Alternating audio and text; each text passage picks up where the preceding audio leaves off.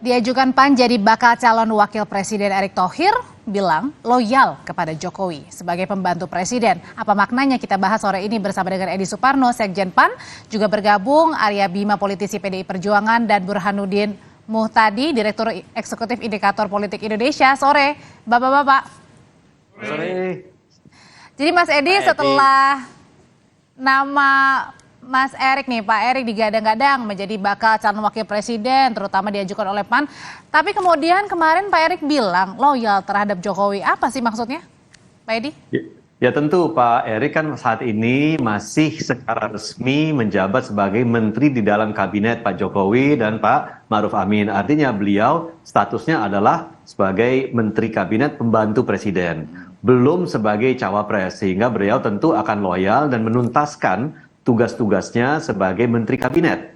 Meskipun demikian, kami sebagai partai politik yang memiliki hak untuk mengusung capres dan cawapres telah mengajukan nama Pak Erick Thohir kepada Ibu Megawati dalam pertemuan kami yang baik terjadi dengan teman-teman dari PDIP, dan juga kepada Pak Prabowo ketika kami bertemu dengan Pak Prabowo dan teman-teman dari Gerindra.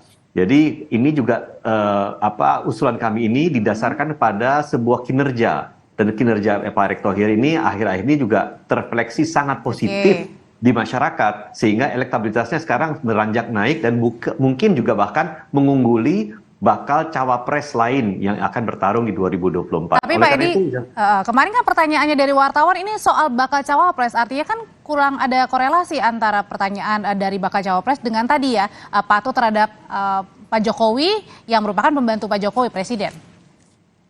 Dia kan pasti mengatakan bahwa sekarang beliau loyal karena saat ini kan belum sebagai cawapres, belum sebagai bakal cawapres, belum diterima sebagai bakal cawapres, apalagi didaftarkan. Jadi status beliau sebagai pembantu presiden, dan tentu pembantu presiden siapapun akan loyal kepada presiden. Dan ini saya kira sesuatu hal yang sangat wajar dijawab oleh Pak Erick, dan menurut saya itu jawaban yang tepat pada saat itu. Oke, kalau disinggung belum diterima, kalau gitu saya langsung tanya ke PDI Perjuangan deh. Kalau gitu Pak Bima, belum diterima itu karena memang benar-benar nanti tidak akan diterima atau masih ditimang-timang? Karena kan kemarin Pak Ganjar juga bertemu dengan Pak Erick. Pak Bima. Mengenai pernyataan Pak Erick tadi tepat ya, Audrey, kalau nggak salah dengar saya loyal kepada presiden. Saya membedakan antara itu presiden atau Pak Jokowi. Oke. Ya. Jadi dia katakan bahwa saya loyal kepada presiden. Tentunya dia sebagai menteri dalam posisi ini asimetris dengan posisi atasannya ya. Ya. Saya kira dia tidak melampaui kewenangan dan tugasnya, dan tentunya dalam urusan capres-mencapres dia juga menyerahkan pada partai-partai politik yang ada yang mengusung. Saya kira itu tepat. Kalau pertemuan dengan Ganjar Pranowo, memang Pak Erick Thohir juga merupakan salah satu 10 nama yang dikantongi yang oleh PDI Perjuangan, yang kemarin juga disampaikan oleh Mbak Puan Maharani dan Pak Hasto. Jadi peluang sangat besar, apalagi partai pengusungnya sudah jelas, yaitu Partai Amanat Nasional. Tinggal nanti pembicaraan selanjutnya kan seperti Mbak Puan sampaikan bahwa itu otoritas penuh Ketua Umum yang akan dibicarakan bersama partai-partai pengusung lainnya. Pinter-pinter navigasi PAN saja di dalam membicarakan mungkin juga dengan partai-partai pengusung lainnya. Saya kira itu. Termasuk usulan dari Pak Jokowi juga ditimang-timang nggak sih, Pak Bima, untuk cawapres? Saya ini nggak ngerti ya. Orang pada bilang cawapresnya Pak Prabowo konsultasi sama Pak Jokowi. Kemudian nanti ada yang bicara lagi cawapres konsultasi dengan Pak Jokowi. Pak Jokowi itu kader PDI Perjuangan. Ya. Jadi sama Pak Jokowi sama Bu Mega ya, ini adalah kader PDI Perjuangan ya. Jadi saya nggak habis pikir ketua umum partai seperti Pak Prabowo, Pak Muhaimin, konsultasi sama kader partai lain, ini kan hal-hal yang kadang saya nggak masuk di nalar gitu loh ya. Dan nanti kalau mungkin nggak puas sama Pak Jokowi mungkin juga ketika Umar gitu mungkin ya. Tapi intinya begini loh, Pak Jokowi sama dengan Ibu Mega sama dengan Pak Jokowi. Gitu. Menurut saya tidak ada satu masalah yang sekarang ini kan seolah-olah ke Pak Jokowi beda dengan Bu Mega. Gitu. Tapi Pak Jokowi adalah kader partai. Kalau Kalau sekarang misalnya ada seorang calon presiden konsultasi dengan partai di luar partainya itu kok Oke, baik. tidak masuk akal. Tapi bahwa itu merupakan wilayah antara Ibu Ketua Umum dengan Pak Jokowi sebagai kandidat terbaik di PDI Perjuangan tentu juga menjadi bagian pengambilan keputusan dalam menentukan pasangan Oke. capres. Pak Bima, kalau kemarin kan waktu itu pada saat bertemu Bu Mega, PAN ini menyodorkan nama Pak Erik. Terus kemudian tadi Pak Hasto bilang biar tidak ada kawin paksa begitu. Apakah artinya pada saat kemarin pertemuan antara Pak Ganjar, Pak Erik itu merupakan satu penjajakan PDKT? Oh pasti pendekatan oleh partai lewat Mbak Puan dan pendekatan langsung antar kandidat seperti Pak Ganjar Pranowo kan diberi kebebasan juga oleh partai untuk saling melakukan komunikasi politik sebelum diputuskan oleh Ibu Ketua Umum beserta partai-partai pengusung lainnya.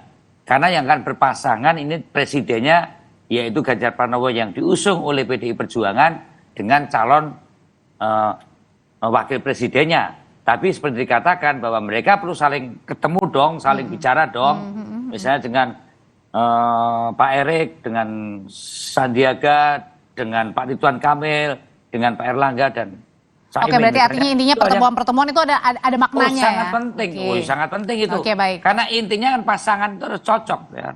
Bukan kecocokan antar pengusungnya, bukan antar besannya saja, tapi antar pasangannya kan Baik. harus cocok untuk membicarakan Harus match gitu perkawinan ya. ke depan itu seperti apa, terutama bagaimana Ganjar Pranowo yang terus akan mengusung berbagai hal sukses story-nya 10 tahun Pak Jokowi ini ke depan sebagai satu visi-visi Oke, baik. program kebijakan partai ke depan, saya kira itu. Oke, kalau gitu sekarang Pak Bima saya akan bertanya ke Mas Burhan. Mas Burhan, nama Pak Erik ini kan disodorin dari PAN. Nggak tahu nih nanti akan match nggak nih ya satu sama lainnya Pak Ganjar dengan Pak Erik. Nah, apakah artinya ini kan Pak Erik juga merupakan pembantu presiden ya, menteri begitu. Apakah artinya peran dari Pak Jokowi bisa disebut kingmaker juga sebagai salah satu penentu bacawa pres? Ya memang kalau kita amati dibanding presiden sebelumnya, Pak Jokowi lebih aktif ya.